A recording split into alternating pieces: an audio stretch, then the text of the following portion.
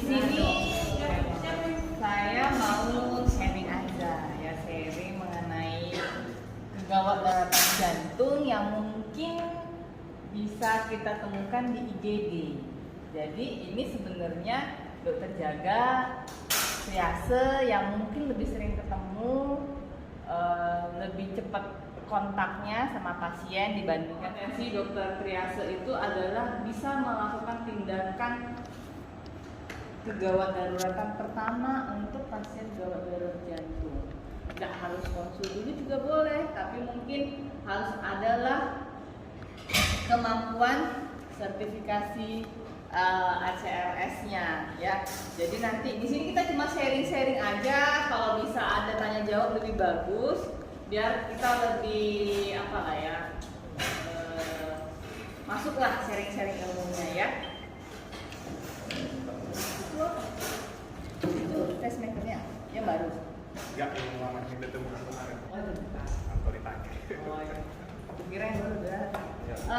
Di sini topik pembicaraan kita itu adalah bradikardi, bradiaritmia, sering di GD bradikardi, takiaritmia juga sering, dan henti jantung yang paling sering ya. Semua pasien meninggal henti jantung pasti ya, sama akut coronary syndrome.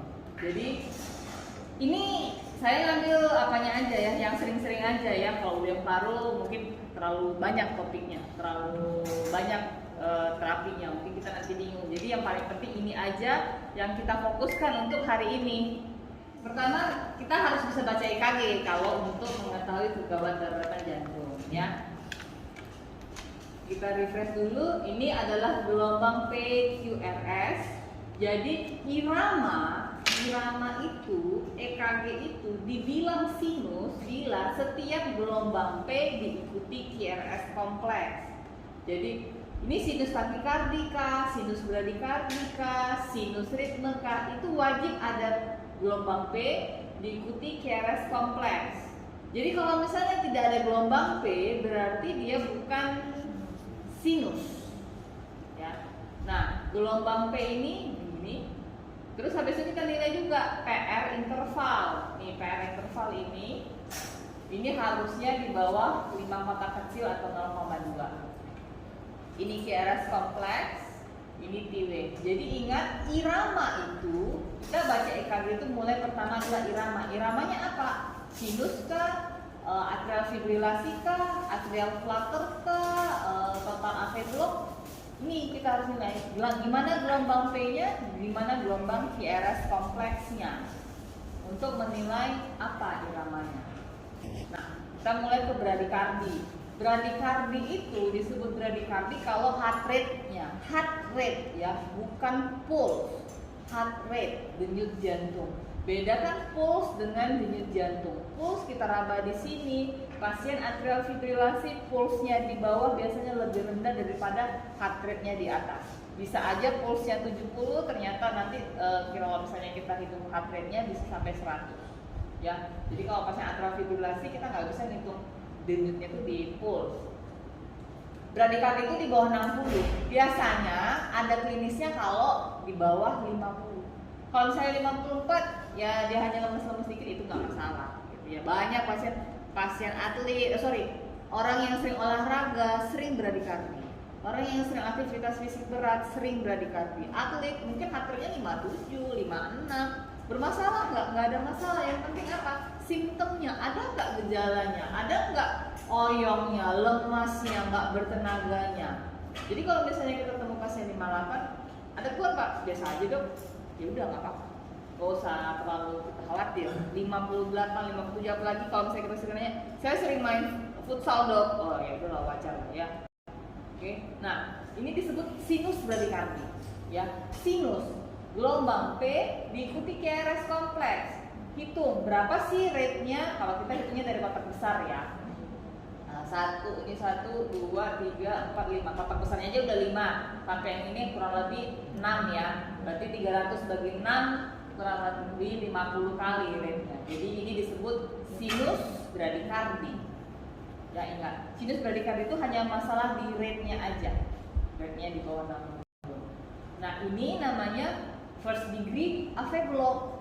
first degree AV block belum tentu heart rate-nya, denyutnya di bawah 60, bisa aja 70 tapi dia first degree. First degree itu ditandai adalah gelombang P, ini kan ikuti QRS, ini kan irama sinus dengan first degree. Adanya kemanjangan PR interval lebih dari 5 kotak kecil. Ini kotak kecilnya aja dari sini udah 5 sampai ke sini berarti udah lebih dari 5. Berarti ini masih first degree. Jadi kalau first degree itu dia sama. Ini sama, jaraknya sama semua, sama semua jaraknya. Ini adalah first degree AV block. Biasanya pasiennya ada keluhan nggak? Kadang nggak ada, kadang ada, tergantung kausanya apa. Kalau misalnya penyebabnya adalah ACS, pasti ada keluhan. Kalau ada kita temukan pasien dengan first degree AV block, kita apa-apakan. Kalau dia nggak ada keluhan, nggak dia apa-apakan, dibiarin aja. Rawat jalan boleh. Kalau first degree block tanpa ada keluhan, contoh dia cuma memedical check up, terus ada first degree AV block, dia apa? Nggak dia apa-apakan. First degree itu tidak dilakukan tindakan apa-apa kecuali dia masuk dengan keluhan sesak, tapi first degree-nya nggak kita apa-apakan. Atau serangan jantung, yang ditangani serangannya bukan first degree-nya. Ini nggak ada treatment kalau untuk first degree AV block. Apalagi rate-nya masih di bawah, di atas 60. Tapi kalau sudah di bawah 50 dengan first degree, mungkin ada penanganan kalau ada keluhan. Ya. Jadi kalau first degree 58 heart rate-nya nggak dipakai. Nah, ini second degree AV block derajat 1 atau kita bilang Mobitz 1. Ini diapain, Dok? Ini juga kalau dia tidak ada keluhan, ini hanya observasi aja, nggak diapa-apakan. Artinya, tapi kita lihat heart rate-nya berapa ya. First degree itu gimana? Second degree AV block type 1 itu gimana? Ini PR intervalnya pendek. Semakin lama, semakin panjang. Habis itu ada drop beat istilahnya. Jadi ada satu gelombang P, nggak ada diikuti oleh QRS kompleks. Terus kembali lagi dia polanya seperti itu. Satu mulai memanjang, drop beat. Artinya tidak ada QRS kompleks di P-nya ini, nggak ada QRS kompleks yang ada pasangannya. Ini diapain, Dok? Kembali lagi ke awal. Ada nggak keluhannya? Ada nggak penurunan kesadaran? Ada nggak tanda-tanda serangan? Udem paru, tanda shock? Kalau tidak ada, ini hanya observasi. Cari tahu sebabnya apa? Apakah kelainan elektrolit kah? Ini tidak diapa-apakan. Yang penting adalah pertama dinilai dari apakah ada keluhan, diikuti dengan EKG seperti ini.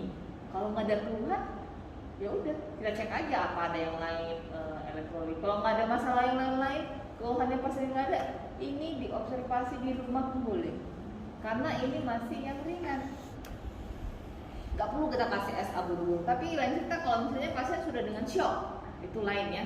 Kalau pasien shock sudah dengan keluhan EKG Mobitz 1 gitu ya, tetap harus ditangani bradikardinya. Kita tetap mulai dari keluhan klinisnya. Kalau untuk first degree sama second degree type 1. Nah, kalau misalnya second degree type 2, nah ini yang memang perlu penanganan lebih lanjut. Apa bedanya yang type 1 sama type 2? Sama-sama ada drop beat, tapi dia kalau yang second degree type 2 dia PR intervalnya sama. Terus tiba-tiba ada satu yang hilang. Kalau yang pertama tadi kan semakin lama semakin panjang. Kalau ini sama hilang. Terus kembali lagi kayak gitu. Ini termasuk yang high degree AV block. Kalau ini ditemukan, ini harus penanganan. Ada penanganannya, kita harus naikkan heart rate-nya. Karena ini terus kita harus cari kausanya kenapa, apakah kelainan elektrolit, apakah ada hiperkalemi, atau memang dia second degree AV block karena degeneratif. Ini memang harus penanganan. Biasanya kalau tidak berkurang dengan obat-obatan, ini perlu pasang kacu jantung. Kalau ini, kalau EKG second degree type 2. Kalau second degree type 1, second degree type 2, second degree type 1 itu nggak perlu dilakukan. Bagaimana dengan total AV block? Nah, ini total AV block ya, atau third degree AV block. Kalau third degree AV block ini dia ke pentingnya R-nya sama. Jadi Gelombang QRS kompleks, QRS kompleks, QRS kompleks ini sama dia jaraknya. Taunya kayak mana dok menghitung jarak antara kertas di antara dua titik ini? Satu titik taruh kertas, terus geser kertasnya. Pasti jaraknya ini sama. Regular untuk QRS kompleksnya. Begitu juga P-wave-nya. P-wave-nya ini kalau kita tarik kertas, taruh di sini titik, taruh di sini titik, tarik kertasnya, pindahkan, pasti sama. Jarak ini ke sini sama dengan jarak ini ke sini. Tapi dia bisa masuk di dalam sini. Pasti gitu. Jadi dia kadang-kadang di dalam ini tiba-tiba ada yang agak nonjol dikit gitu. Itu bisa. Jadi kalau total AV block itu istilahnya orang yang udah pisah-pisah jalan sendiri-sendiri. Gelombang V-nya jalan sendiri-sendiri, gelombang QRS-nya jalan sendiri-sendiri, tapi jaraknya pasti sama. Cuma kita nggak bisa lihat dia. Jadi melihat regulernya itu bukan PQRS bukan, tapi P-nya jaraknya yang ini sama pasti ke sini, yang ini sama pasti ke sini, ini juga sama, ini di dalamnya ini ada nih. Nah, tapi dia kan ini kan lihat morfologi di sini kan beda sama di sini. Ini tajam, ini kok lebih lonjong ya, lebih tumpul. Nah, gelombang P-nya itu masuk di sini. Jadi menilainya itu ya ini pasti kalau misalnya titik di sini ada, coba lihat nanti titik di sini dibanding di sini pasti sama.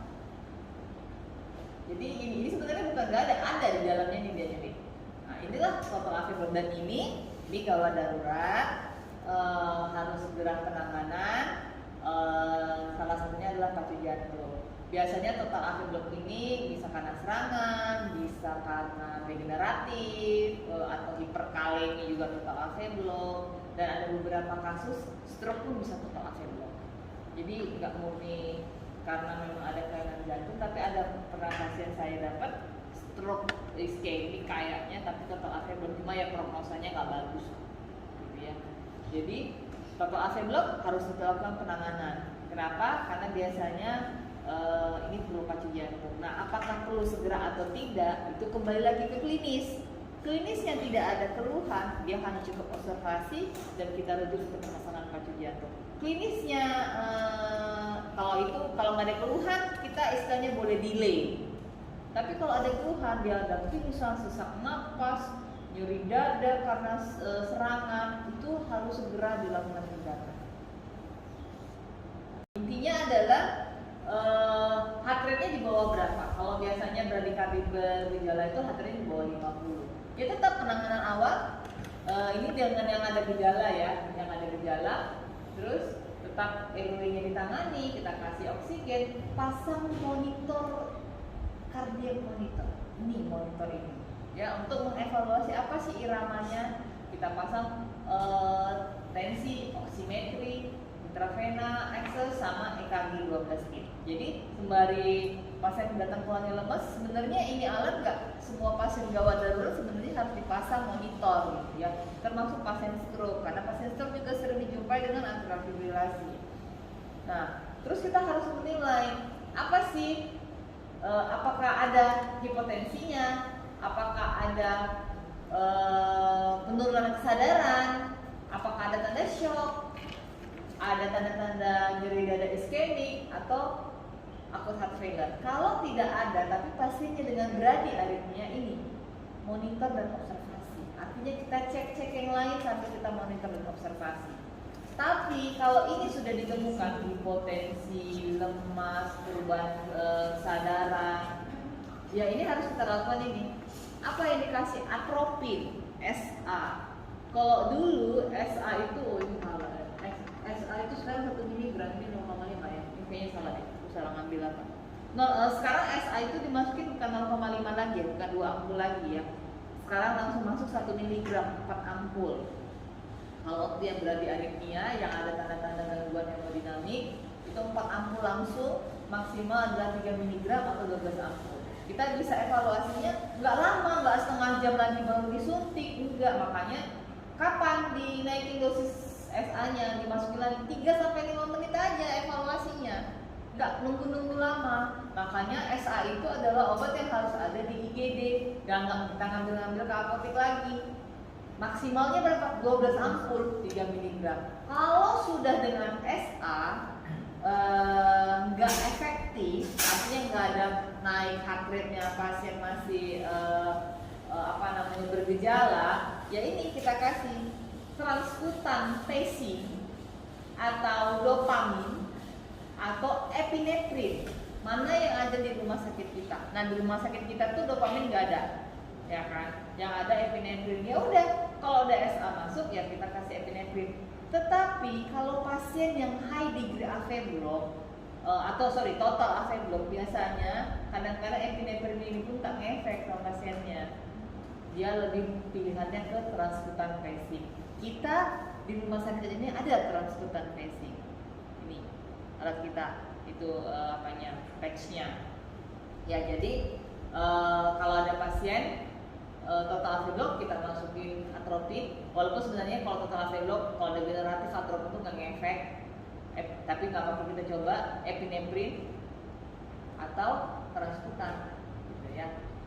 Itu untuk penanganan bradiaritmia. Bradiaritmia itu simple, tapi kita kadang di IGD atropin kita hanya tersedia mungkin cuma 2 ampul, 3 ampul, nggak ready dia banyak, ya. Nah, sebenarnya seharusnya setiap kali kita shift jaga itu harus diisi penuh. Nah, jadi kalau misalnya butuh nggak nyari-nyari ke apotik, walaupun katanya apotik udah di dalam, ada di dekat situ, tetap aja butuh waktu kan. Jadi transkutan pakai dopamin atau epinefrin. Nah, dosisnya berapa? Ya ini dopamin itu 2 sampai 20 mikrogram per kilogram badan per menit. Kalau epinefrin dia nggak pakai kilogram berat badan, dia langsung 2 sampai 10 mikrogram. Jadi bukan epinefrin 1 ampul yang 1 miligram itu disuntik, bukan. Epinefrin diencerkan dalam siring pump pakai 50 cc NaCl. Kita hitunglah tetes cc-nya, hitungannya 2 sampai 10 mikrogram. Jadi dosisnya bukan dosis yang diambil itu lah, 1 miligram itu ya epinefrin, bukan norepinefrin. Baru pasiennya ya kalau memang nggak ada ngefek ya mau nggak mau harus pakai pacing transvena ya. Ini kemarin pasien yang masuk jaga dokter Dewi, ya kan, pasiennya memang harusnya pasang pacu jantung, tapi karena mungkin nggak ada keluhan, jadi di delay, artinya elektif tindakan pacu jantungnya di Medan. Tiba-tiba nyampe di kisaran, pasiennya sesak napas hebat.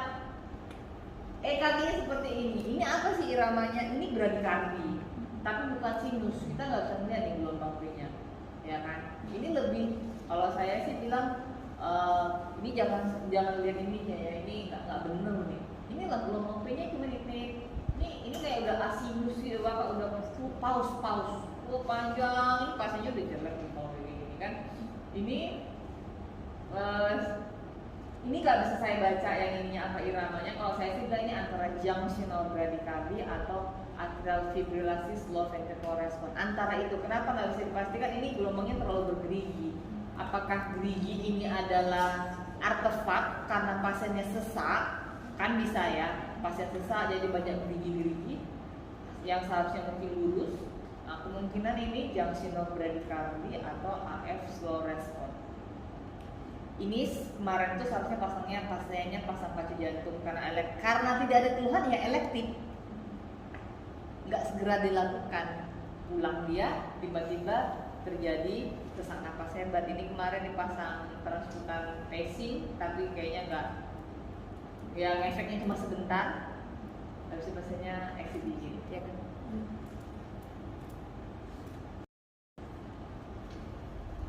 Ini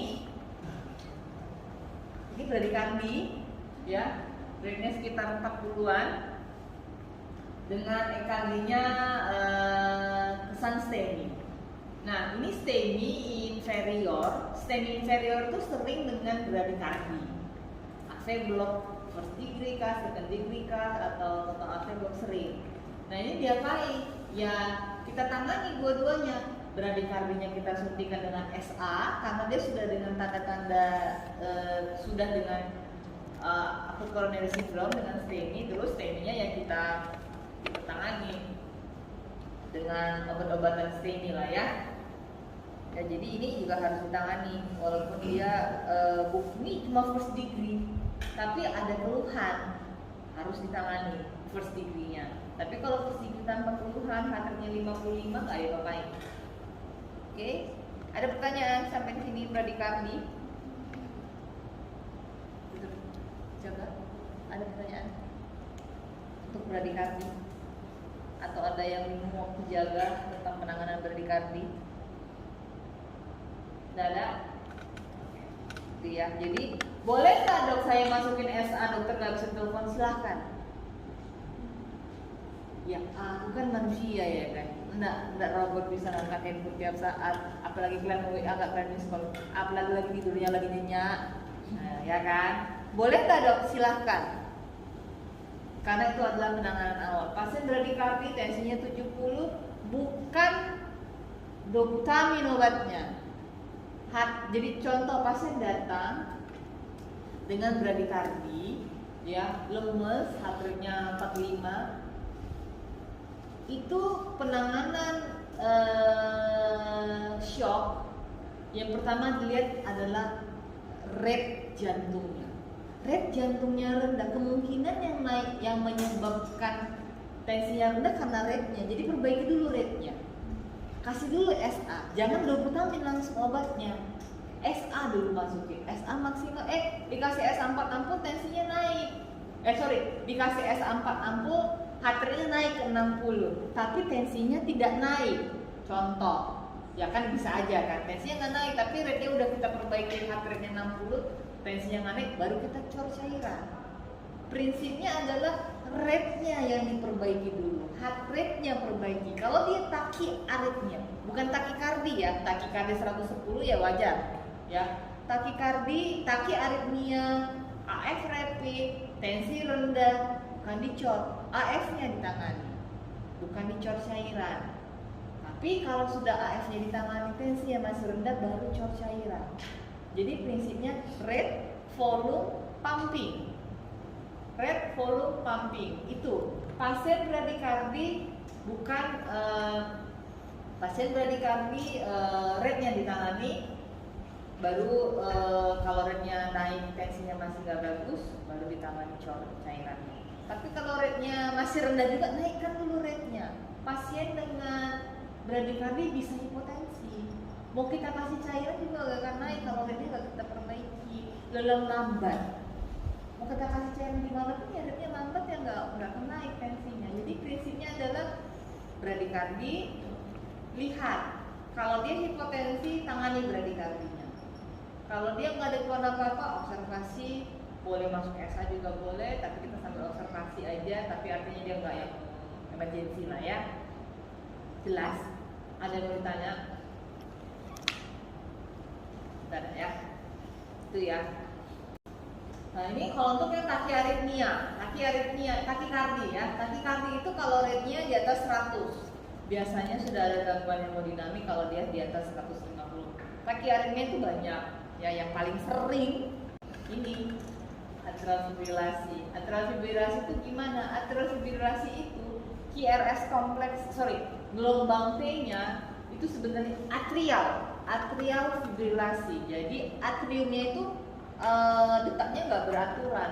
Makanya gelombang V-nya nggak kita bisa lihat di sini. Mana sih gelombang V-nya? Nggak bisa kelihatan. Yang bisa kelihatan hanya QRS kompleksnya. Dan QRS kompleksnya ini tidak beraturan, irregular. Ya, kadang-kadang bisa kelihatan free wave-nya, ya kan ini bisa. Tapi kadang-kadang udah nggak kelihatan lagi, ini kayak gelombang V. Tapi habis itu nanti nggak kelihatan, nggak beraturan ya. Ya, jadi ini. Tapi ingat QRS kompleksnya itu harus tidak beraturan ya, irregular. Jadi jarak RTR-nya pasti ada yang nggak sama. Walaupun kalau rapat ini grafiknya sama, tapi kan ada yang nggak samanya.